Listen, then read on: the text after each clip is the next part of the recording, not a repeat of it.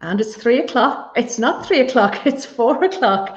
And we're live on the Room Junkie Show. And I am thrilled and honored and excited to have this wonderful lady here beside me. Helena Tubridy is a nurse. She's a midwife. She's a clinical hypnotherapist. She's a well-renowned fertility expert. And my goodness, you've been everywhere. You've been on every radio show, every TV show. She told me just now that she's in Stellar magazine today, girls. She's been in every print publication that I can think of. So it is my honor, my absolute honor to have Helena here today. And we're going to be talking about the power of sleep. It's a pleasure to be on with you, and thank you so much for having me on. I really, really enjoy your broadcasts. I think they kept us going so much during all of these lockdowns. You really are a powerhouse of accessible, actionable information and joy. Oh, wow. Thank you so much. But tied up with our interior design, I have this belief that your home impacts your mental health. It impacts your physical health. And all the people who've been here on the journey for the last, it's 11 months, Helena. I actually found an RTE Guide article where they said Anne Toohey, interior designer in Donegal, has been doing these live broadcasts for 9 weeks. It's now 11 months. But our home does, and never more than now, we need our sleep. We need to nurture ourselves. We're stressed.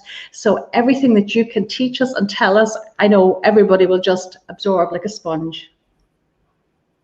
It's actually amazing. And I do think, you're very much the interior design that is practical, doable, joyful, and really makes a huge impact. And in fact, you inspired me to do several things like spray painting my fuel tank, my boiler, which I'm thrilled about. So you do interior design of houses. I help people with interior design of their minds to reset their fertility. And one of the major things I start with is sleep. Getting people to sleep well and to access the deeper brainwave states, the restorative type of sleep, really important for all the hormones. And, for women all through their lives, the fertile time, and of course at menopause, sleep can go way off beam. And keeping that, it's very important for general health, for mental well-being. And now, as you were saying earlier, sleep has gone literally off the wall at the moment. Everybody's so anxious. And that's why I started doing my Zooms on a Monday night to help people just get a night's sleep. Tell us about those, Helena. So I do them at 9:30. They're free of charge. And I think, I was very aware of, I was a former nurse and midwife like yourself, and my colleagues, at the front line, the stress, people in our, police force, and, people like lab staff, the people we don't think about in hospitals. And of course, teachers being really, on a very sharp learning curve themselves, very, very busy, working till late, in the sense of, let's get together, let's have a nice Zoom that you have to have an early night, settle down in your pajamas, no bras allowed, muted, no cameras, and just settle down, and I will soothe you off to sleep. And do you know something? It has taken off. I mean, I was shocked at the response. So it's, it really is amazing. And it's lovely because, people just DM me their email, and then I send out, a link, and they just join in, and it's maybe 35, 40 minutes. And people they're showing me, from the Fitbits, accessing deep sleep. They're telling me how good they feel, how energized. And of course, the other thing about sleep is it really is important for weight maintenance. If you're sleeping well, your satiety center is working fully and completely. Your appetite hormones are properly balanced. So sleep, Shakespeare said, and which play was it? But he said, sleep knits up the raveled sleeve of care. Anything is easier after a night's sleep, isn't it? But that is true. You will climb a mountain if you've got a good night's sleep. You're a different person. Everything about you is different. The girls are all saying hello. This is fantastic. And if anybody's got a question, please do pop it in the comment box. But so on a practical basis, what should we be doing to ensure that we get a good night's sleep?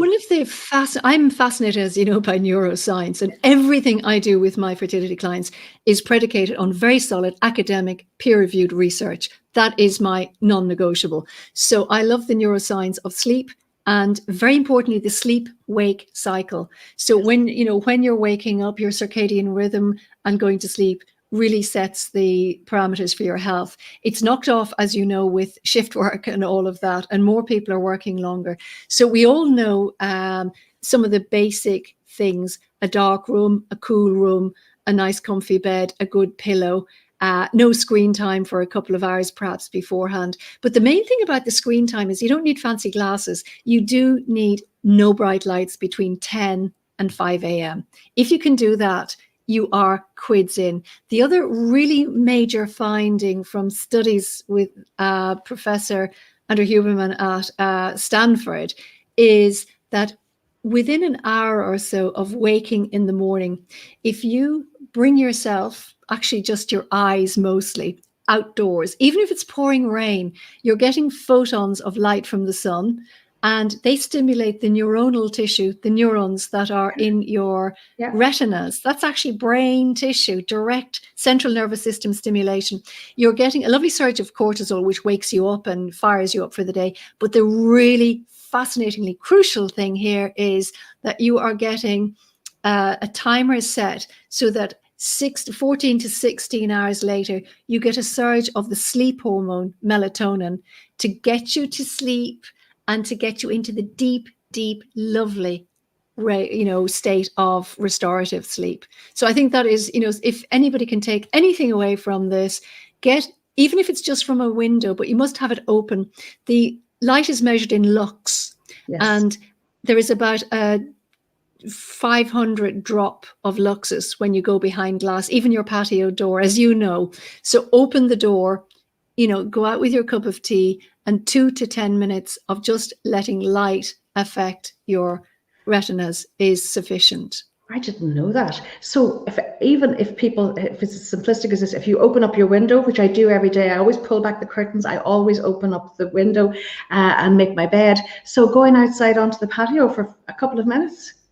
Yes, literally. Scientifically proven effect. My goodness, I didn't know that. Completely. And it's setting your rhythm so that next night you'll be sleepier enough to go to sleep and you'll wake up in the morning feeling refreshed. So doing that really is important. The other thing I think that is completely fascinating is that we all love walking, and some people are great at running. And that has an incredible effect. As you are walking or running, the scenery appears to be moving past you, doesn't it? Mm-hmm. And that's called optical flow. And that's really calming and reassuring. As mammals, we are mammals, that we are scanning the environment, and our gaze goes from being, when we're on our phones, we are very convergent, we are focusing, and that's actually a natural stressor, which is fine. And that's why a lot of, Zoom calls all day are exhausting. And when we go for our walk, and we are just gently in a neutral gaze, we're scanning the environment, we're actually calming ourselves down, and we're processing emotions and information. So it really makes sense to get out every day for at least that one, if not two walks. And that poor dog needs it as well, doesn't he? The dogs always need a walk. We don't have a dog anymore, which is just, I can't even go into that. No, much sadness. I see Jane Canning is there. Jane's a runner. So how long do you think? How long should we be outside every day? Is 30 minutes enough? Barely. As animals, we're programmed to be outdoors far more than we are. And I think you mentioned something very important there about, ventilation, that opening windows in the house, it clears out chemicals, it freshens the air, and and of course, in Germany now, they have when the children are back at school, every hour the windows are open for 20 minutes. And that comes from the in one of the institutes in Berlin. Like it's so definite that you can break up the concentration of virus by literally cross ventilation. And do you remember in the hospitals, windows were opened and everything was blowing? Yeah, that's right. And all of that. So, it really does, having a home that can be well ventilated is important. And you said something else there, Anne, which I love, and that's the discipline of making the bed. And it's, the sense of achievement that, yes, my bed is made, but having aired it, so all the, but there's a lot of fluid we sweat during the night, and having the bed made, but also it focuses your mind that you're not doing something else and wasting time while you're actually making that bed or changing your sheets or whatever it is you're doing. You're focused on knowing that you've had a decent night's sleep And then looking forward, I'll be back into this bed later. So it's very calming. It's a lovely routine, and it reduces anxiety. I think too, it means that before you do anything in your day, you've achieved something positive. You've opened your windows. That will actually improve the energy flow. And I don't mean energy as in wind coming in. I mean the karma, the flow, the energy that's in your room. It does open it up. So try it. If the ladies don't do it every day, try it. Open your window every single day and make your bed. Noreen Leavis has a question. Will I be able to read this? Can you read that, Helena? Hello, ladies. I have a question. No problem in getting to sleep, but wake up early and can't get back to sleep. Any tips? A lot of people might have this similar situation, I suspect. Yes. First of all, don't panic. We always go into a mode of, I've only got 3 hours left. I've only got, the clock is ticking. So one of the simplest things that you can do is, it's called the physiological sigh. Okay. When children are soothing themselves after having a tantrum, or they've been upset, and they go, and they're sobbing, and they will tell you the story. Well, that's a physiological sigh. It's like 2 short, sharp sniffs of breath, really filling your lungs. And then it's a sigh. So your exhalation is much longer. That has a twofold effect. First of all, you're inflating your alveoli. So like sponges, they will suck out excess CO2. Great for people who are wearing masks all day and complaining of headaches now. This really clears out that CO2. The other thing it does, by doing a very long sigh, you are stimulating the phrenic nerve of your diaphragm, which is a cranial nerve, and it works 2 ways. And you're sending a message up. It's saying, all is well out here.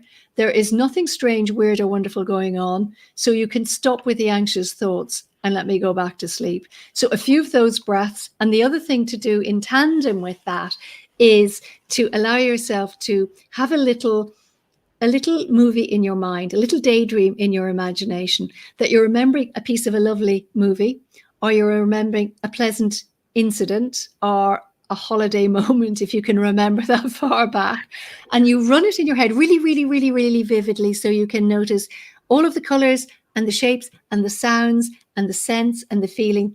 And every time that your mind naturally darts off and think, oh, here, this is boring, you bring your mind back to your little dream, and you'll find that you begin to go down. If you're still awake, just do a full tightening of every single muscle of your body. So you're raised off the bed, your knuckles are white, everything is clenched. And then as you exhale with that lovely long sigh, you let it go. You go into your little dream, and you'll find that you sleep very easily, get back to sleep as well. But the resetting of the circadian rhythm, you'll find you wake less, and you'll wake later, nearer your actual normal wake up time as well. So I hope that helps you. I'm fascinated by this movie because this is something I've only started to do through COVID. And if my friend Janice De Silva is watching, we used to live in Bermuda, and my little dream is Janice and I are lying on the beach at Elbow Beach Hotel with a cocktail. I never drink cocktails, but we have a cocktail in our hands in this dream, and I actually can feel the sand, I can feel the heat, and I do go back to sleep.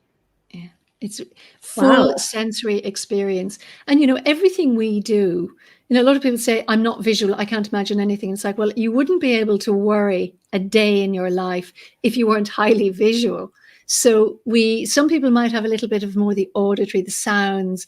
Others, it's kind of like the feeling or the textures. And it's whatever is you can use any of those modalities to enrich the experience and keep your mind focused on it. And it's like, yeah. I know there's an intrusive thought. I'll get back to you later. Now I'm enjoying this and it's good. And then you can snuggle yourself back to sleep. We've just got another nurse coming in and another rudder. Anne Latifa, she's over in Birmingham. She said, hi, Anne and Helena. Just finished work. Sorry, late. And she was telling me earlier that she's having trouble sleeping as well.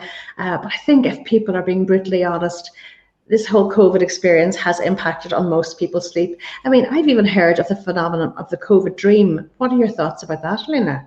Again, it's anxiety, it's lack of control. Control has been taken away from us, really. We are living very quietly. Our 5K, we don't know when it's going to end. We've got over, the dramatic thing of, okay, we're all in it together and we're cooking lots of food. And if we just lock down for 2 or 3 months, it'll be over and gone. And now we're a year later and it's like, not so. so the feeling of getting an internal locus of control. What can I control? I can control what I'm watching. If I'm watching CNN, like, all the men love watching news, and it's like limiting, the figures. It's like, okay, I don't need to be totally on them all the time. What you're reading, your daily, the traction of daily life, which is get up, make the bed, have your shower, get out for the walk, feed the dog, the stuff that you do, and having those routines, and then having treats, because we love a bit of novelty as well, things to look forward to, like your thing, do a chair. And it's like, I really want to do a chair. Oh, all my furniture needs recovering. And it's like, oh, and I would like to kidnap you and bring you down here. And it's, we did a bedroom there recently, and it's so lovely. We haven't put any furniture back into it yet. So, that having a project that you feel you're doing something and doing something meaningful. So if it's liking somebody's post, you'll get a shot of dopamine. They'll get a shot of dopamine. If you're writing letters for Amnesty, or you're kind of thinking, do you know what, I'll do a bit of shopping for so-and-so, or I'll send a wee card, that's actually doing you good as well. So you're thinking outside yourself, and it's changing your reactions, really. It's not changing the circumstances, because there's really not a lot we can do, but the sense of, okay, I am all right at this moment. I've only got this breath when you think of it. I've got this breath. I can't bank a breath from 15 minutes ago and think, oh, I'll use that later. I'm okay at this moment. Thoughts may come, thoughts may go. At this moment, it's grand. So if you can ground yourself in that very simple, immediate way, you get less panicky and you keep the anxiety levels down. I think you're right about routine. I realized something through the 3 p.m. live videos. A lot of people said it was something that they looked forward to every day. And it wasn't that it was anything amazing from me, but it was routine, it was company, friendships were made here. Lots of the girls have become friends. I've become friends with them.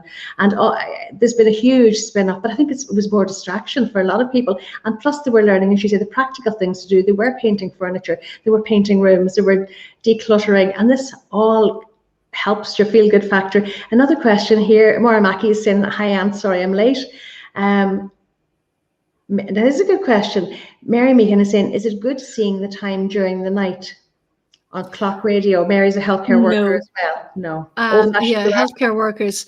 And that's one of the reasons I started doing my Zooms via the Insta area, because so many healthcare workers are finding they're so stressed, and then having to go home and manage the whole home thing as well.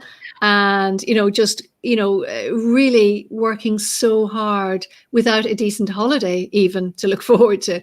So during the nighttime, just stay where you are, do those exercises, the tensing one, the breathing one, and the little visualization in your head very intently. And then you should drop down to sleep. If you're looking at the clock, you're waking yourself up, and you're also getting light. Avoid all light during the night. And again, that's where you come in with beautiful curtains and good curtain poles. And I love that your stuff is so actionable, Anne. It really is. Even, I'm clueless when it comes to colors and materials and everything. And yet you make it so doable and enjoyable, and satisfaction ratings just rise. So it's the practical steps that you have given. It's just been wonderful. So thank you for all that you've done so generously. Listen, we all live in the real world. We have real families and real homes, so you can have it all. One thing, when you're talking about the darkness and going back to Mary, before Christmas, I bought myself a silk sleep mask and a silk pillow. That, I have to tell you, was a game changer for me. I sleep all night long when I wear it. It is so comfortable. And I even find, I was telling the girls before, the lines on my eyes are a little bit less than they used to be, and I'm convinced that's why, because it's completely blacked out, but it's so comfortable, and I just sleep like a baby. And Latif is saying, another nurse, I'm a poor sleeper, can get off to sleep, but wake up many times, not really COVID related. Should I get up and relax if I can't get back to sleep? I do have routine regarding wake up and bedtimes, and do exercise every single day. She's a runner, I know. Excellent. Eating a little bit earlier in the evening. Another thing, this COVID weight thing, just to, add into the mix, but to consider that, to keep our insulin levels nice and easy, that insulin can do its job and deliver the glucose from what we eat at every meal, that it gets where it's going. We really should be thinking of 5 hours clear between each feeding, between each meal. So not grazing, just, when you've finished eating for the evening, you're done and dusted. Have fluids. And that does help a little bit with sleep as well, that you're not, churning and digesting. And if it is a thing that you find you're very, very, very much awake, something you can do in hypnosis, and as I say, for everyone who comes to me, sleep is a vital baseline to work on.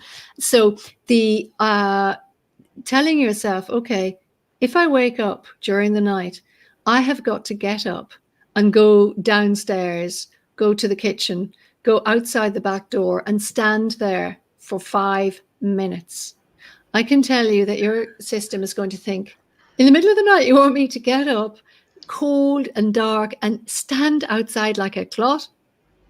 So you can tell yourself something like that, but I really wouldn't get into the habit of, watching TV or, doing too much reading during a night. It's not a great idea because we get into habits really, really quickly, and that's not a great one, So no technology in the bedroom. I'm a big fan of that. Rest and romance, that's all your bedroom is to be used for. Yes. Lavender, powers of lavender in your bedroom. Yes, lavender can be very good. It's a soporific, but you do, sometimes you just need to have it occasionally. Like if you have it all the time, you get a little bit immune to it. I mean, you can't see there. I got a lovely delivery yesterday. I got a box of essential oils 100 years ago, as with everything else. I trained with Tisserand as an aromatherapist. I mean, we're talking in the mid 80s. And it actually brought my sixth form chemistry came into play, and it was fascinating. So I don't particularly like scented candles very much. I really, I don't like ersatz scents. So using something on a diffuser is very good, but not every single night at the same time, or just using it for maybe 4 or 5 minutes to get a waft is better than having it powering out. We are very, very sensitive and reactive to scents, and it may not, something that's comforting, cinnamon, nutmeg, those are really comforting smells as well to consider. And nutmeg is off topic, but I think cinnamon is good in the bedroom, girls. Am I right? Yes, absolutely. I think so. Actually, and massage. Yes. And the other thing really, I suppose a lot of people say, I have a lovely bath before bed, and I am a huge fan of baths. And if you've got a Glanbia anywhere near you, you can get Epsom salts in 25 kg sacks for about €20 instead of, the little ones, the pretty little ones you get for Christmas, because you need to use, like your washing powder scoop, you need to use a really good amount in the bath. You will absorb it transdermally, and it's very soothing. Yes. But it's the temperature that is the issue. You do not want to be overheated going to bed. You need to cool yourself down. Your temperature does actually drop considerably. So, a hot shower before bed and a hair wash with the dryer going can set you up for waking up again very soon. Epsom salts is good. Massage is very, very soothing. And I know massage can lead to many different things, and that's great as well from my fertility perspective. It's like I'm all about that. And great sex is a wonderful way to relax you off for sleep as well. So, there's an awful lot of very natural things that you're probably doing or not doing enough of, or could do more of as well. Okay. I do think the technology is, even watching the news, I've stopped watching the news. A lot of people have stopped watching the news. I feel if something major is going to happen, I'm going to be told about it, because it was dragging me down. And certainly watching too much TV and watching TV in bed, I think, is a bad thing. And we're all guilty of this too, going from Instagram to Facebook to Twitter as you're lying in bed at night, or waking up in the middle of the night and checking your Instagram feed. How unhealthy is that? Yeah, it's, again, you are affecting your anxiety level, because even just the physical focus and the light. So the physical focus is stressing you because your eyes are converging, and the light, and there's quite bright light really with screens, and your mind is clicking into action. So if it is a thing, checking first thing in the morning, checking your emails, you will actually wake yourself up. And I know we're coming into a brighter time, but using overhead lights, the way you are wonderful about lighting, Anne. You really are. The sense that in the morning, if it is dull, put on overhead lights or any light that you have that is lovely and good and bright. And in the evening time, bring it down with the lamps. Just really, really subtle and sensual in the evening. Cues your system. Okay, ain't nothing much happening here. We can just get ready for sleep.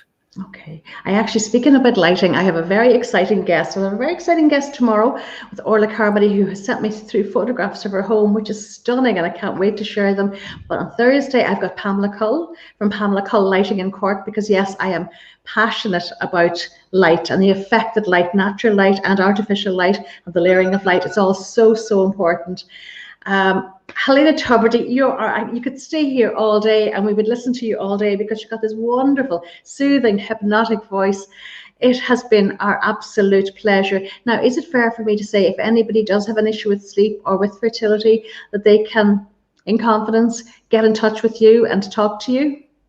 Certainly, via Instagram is the handiest, and I do a free phone call, 10 minutes, to just, if there's any advice I can give or any ideas I can give, and it's called a discovery call, and that's the quickest way to access my website as well. Lots and lots of information there. So, and it's been an absolute pleasure. I better run on, and I'm glad you kept count of the time, because I have another call now. It's like no, listen, that was my God. Everybody is going to digest and watch this video over and over, and hopefully the result is going to be really improved sleep and better mental health and happiness for all of us. So stay safe, stay fabulous. I shall see you back tomorrow at the normal time, 3 o'clock. Helena Tubridy, you're a lady, amazing. Thank you so, so much. Thank you. Thank you. Okay, bye guys, over and out.